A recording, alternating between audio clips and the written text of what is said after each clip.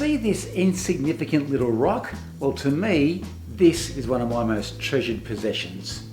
Now, I love my Roman history. This stone is one that I actually found on the ground whilst traipsing through the Colosseum in Rome a couple of years ago. It's roughly a 2,000-year-old piece of history which constantly amazes me as to who may have touched it. Maybe even a gladiator.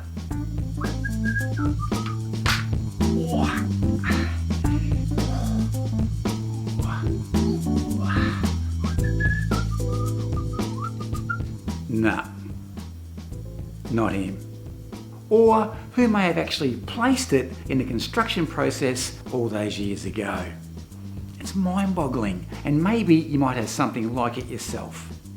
Now, to show my little piece of history off, I'm making a display box out of some leftover black form ply and some leftover regular ply.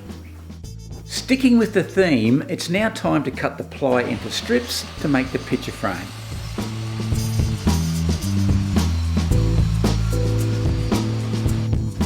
Now, before we cut the frame to size, and whilst the stick is in one long length, I just want to cut the rebate into the back of the frame to house the glass. And for this, I'm using my snazzy little DIY router table, which I made a couple of months ago. And the plans for this are in the description box down below if you're interested.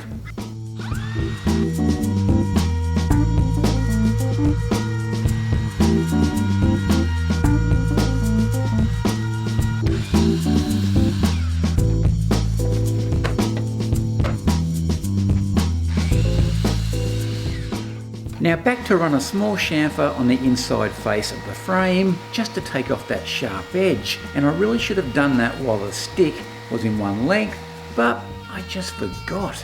Old age kicking in, I suppose. I bet the Romans wouldn't have forgotten. Speaking about Romans, did you hear the one about Helvetica and Times New Roman walked into a bar and the barman says, "Oi, you two, get out. We don't serve your type." No good? How's this one? Why do Romans have such a hard time ending relationships? Because their ex is always a 10. Oh dear. Dear, oh dear, oh dear. Now when it comes time to gluing up the picture frame, I don't have any expensive or fancy corner brackets or picture framing straps. All I've done, inexpensively, out of scrap wood, is make a 90-degree angle and then screw down a wedge here and also one over there. And then all you need to do is to place the bottom up against the angle, followed by the side, and then place in the top and then the other side. And then with the opposing wedges, just gradually slide those in. Takes very little pressure, and you'll finish up with a beautiful, tight picture frame. Too easy. When gluing things together, it's always a good idea to lay down some baking paper, as that will prevent the project from sticking to the bench.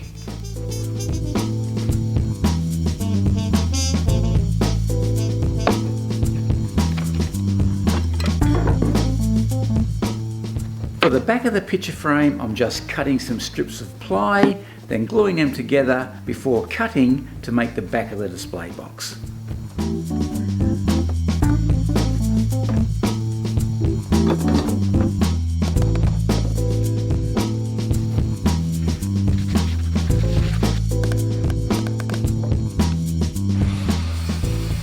Time to trim those laminate strips to size and then cut the sides for the display box out of those strips.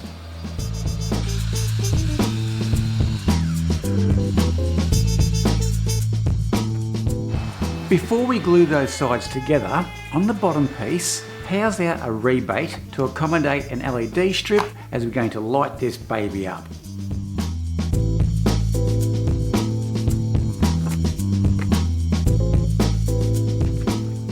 Now this bit is always a little bit tricky and a little bit nerve-wracking.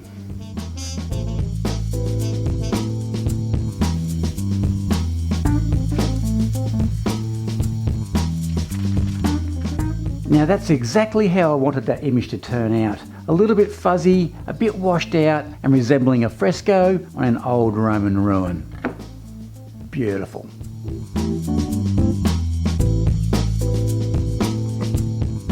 Here I'm just hot gluing down that LED strip.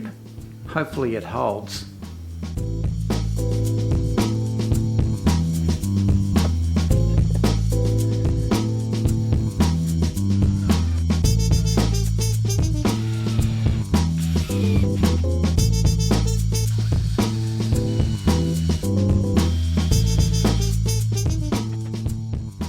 To support my 2,000-year-old relic and to give it the effect of it floating in mid-air, I'm just driving in a screw through the back of the box.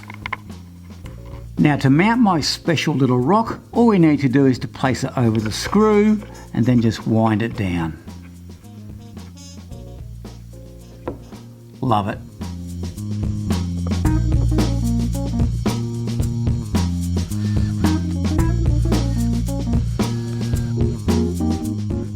Righto folks, let's crank this thing up. Now this is literally the first time that I've turned this thing on. I've got my little remote control over here, so fingers crossed. Look at that! That looks absolutely fantastic. Now I know on camera that there appears to be flickering, but in actual fact there isn't. And I absolutely love the fact how my special little rock over there just appears to be floating.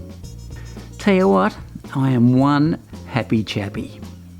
Now if you want to see more unique project videos just like this one, make sure you check out my unique projects playlist, which should be popping up over there very shortly. Hope to see you there soon. And if this video has given you some inspiration to display one of your treasured memories and you found the video useful, please consider a small donation to my Buy Me a Coffee fund. The link's down below and also up there somewhere, as that helps to keep the lights on over here at DIY for Knuckleheads so that I can continue to make more content for you guys. Thanks for watching, and I'm out of here. Cheers.